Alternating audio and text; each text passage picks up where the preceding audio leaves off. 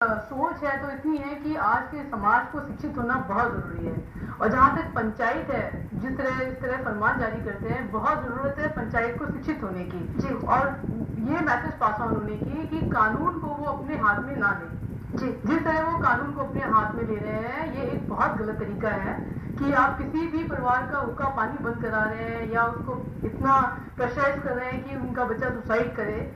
तो ये सब गलत तरीके हैं और अपने आप को यानी कि तानाशाह दिखाने का या समाज में कुछ अपने आप को ऊंचा पद दिखाने का तो बहुत ज़रूरत है इस टाइम हमारे समाज को शिक्षित होने की जी। वंदना जी, बिल्कुल सही मुद्दा आपने उठाया है। शिक्षा एक बहुत बड़ा मुद्दा है। अगर मासेस तक, अगर जड़ तक हम शिक्षा पहुंच जाएं, एक निचले लेवल को जिसको सही जरूरत है शिक्षा की, तो इस तरह की नौबत ही नहीं आएगी। जिन पंचों को हम बैठाते हैं फैसला करने के लिए, वो पंच अगर शिक्षित नहीं है तो उनके फैसले ऐसे ही होंगे।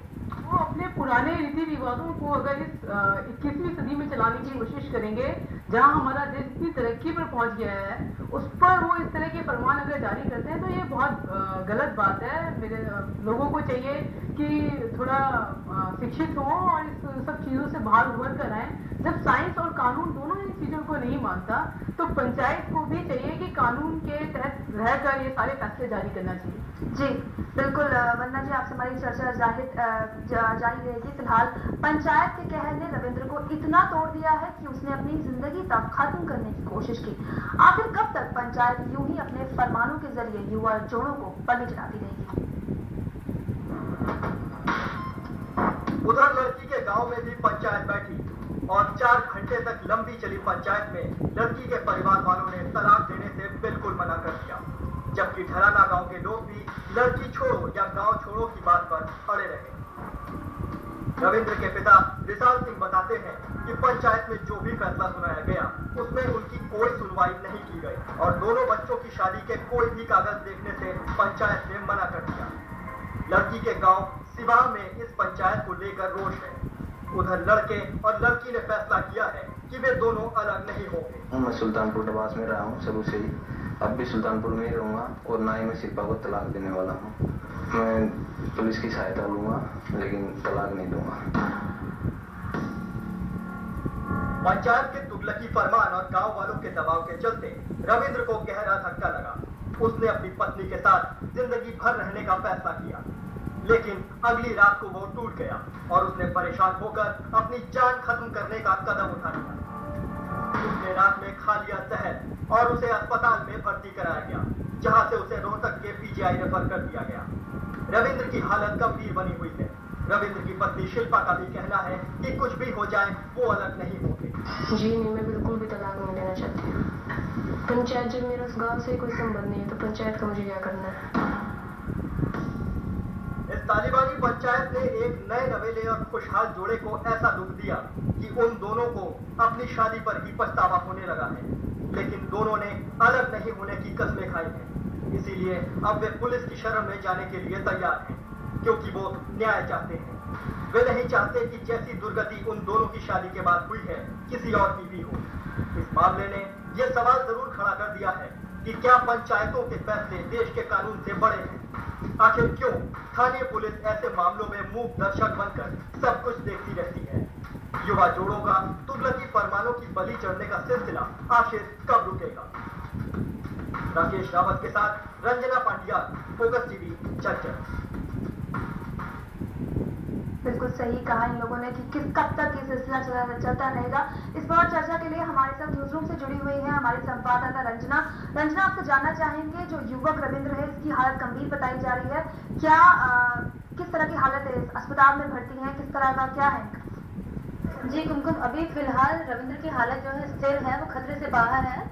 जब रविंद्र को 2 दिन पहले अस्पताल में भर्ती कराया गया तो बहुत हालत गंभीर थी और डॉक्टर्स ने अंडर ऑब्जर्वेशन 2 दिन उनको रखा और उसके बाद अभी उनकी हालत स्थिर बताई जा रही है। लेकिन इसमें आपको मैं ये बता दूं, जहाँ तक रविंद्र की बात है और जहाँ तक शिल्पा की बात है, दोनों ने साफ तौर पर और अब उनके परिवार भी साफ तौर पर कह रहे हैं कि वो इस फैसले के साथ, वो इन दोनों की शादी के साथ रहेंगे और तुगलकी फरमान को उन्होंने मानने से साफ इनकार कर दिया है और गाँव छोड़ने से भी उन्होंने इनकार कर दिया। वो कह रहे हैं वो इस तुगलकी फरमान के सामने अपना सर नहीं झुकाएंगे और अगर पुलिस से उनको मदद नहीं मिलती तो उन्होंने अदालत का दरवाजा खटखटाने की बात कही है। जी रंजना, बहुत बहुत शुक्रिया आपका भी पूरी जानकारी देने के लिए। अब यहाँ पर हम चर्चा करेंगे, हमारे साथ जुड़ी हुई है समाज सेविका, स्टूडियो में हमारे साथ मौजूद है वंदना जी।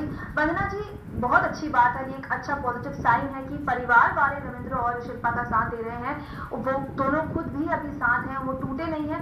लेकिन क्या इस तरह से अगर हम देखें, पंचायतों की अगर बात करें तो कितना ज्यादा इम्पैक्ट होता है इनका कि पूरा पूरा गांव हजारों की तादाद में भीड़ इकट्ठा करके इनका हुक्का पानी तक बंद कर देती है।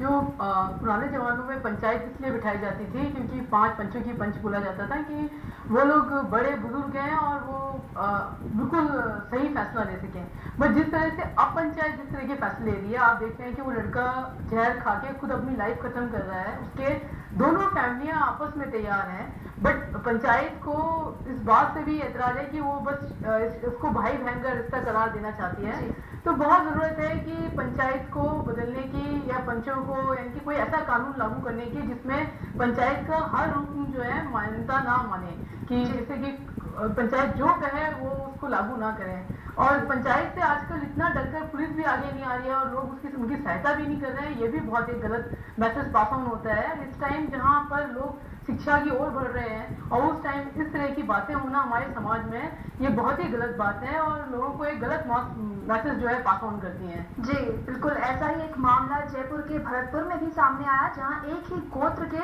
प्रेमी जोड़े का विवाह बंधन में बंधना गांव की पंचायत को बेहद नागवार गुजरा। पंचायत ने दोनों के खिलाफ मौत का फरमान तक जारी कर दिया। यहाँ तक कि प्रेमी के माता पिता को भी गांव से बाहर निकल जाने के आदेश दिए गए हैं। पंचायत ने अपने फरमान में दोनों को मारने वालों को 1 लाख रुपए इनाम देने तक की घोषणा की है। जी वंदना जी, इस पूरे मामले में आपकी प्रतिक्रिया जाएंगे। ये हम किस तरह से हम कहते हैं हम 21वीं सदी में है, मॉडर्न भारत है, बालिगों को हम हक देते हैं कि वो देश की सरकार चुने और वो अपनी जिंदगी के फैसले ही नहीं ले सकते। ये पहले जमाने में जैसे कहते थे सूर्य ग्रहण देखने से आंखें अंधी हो जाती हैं जी, बट अब साइंस ने उसको भी झुठला दिया।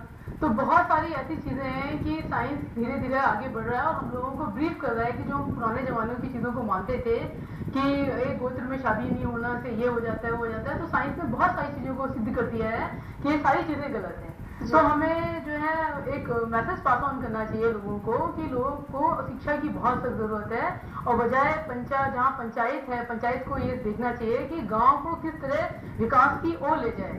भले ये छोटे मोटे जो ये उन्होंने इतना बड़ा इशू जिस मैटर को बना रखा है उसके बजाय उनको चाहिए कि गांव में किस तरह बिजली हो, पानी हो, छोटे बच्चों को शिक्षा की प्राप्ति हो, गांव उन्नति पे जाए तो देश हमारा उन्नत करे, इस तरह के कामों में जुटना चाहिए। वजह ये कि पूरे गांव में लड़ाई हो, झगड़ा हो, मार पिटाई हो रही है, खून खराबा हो रहा है, एक लड़का अपनी जान को हाथ गंवा रहा है, तो इन सब चीजों को बंद करके लोगों को हमारे आगे के विकास की ओर जाना चाहिए। जी वंदना जी, बहुत बहुत शुक्रिया आपका हमारे साथ जुड़ने के लिए और हमारे साथ चर्चा में शामिल होने के लिए।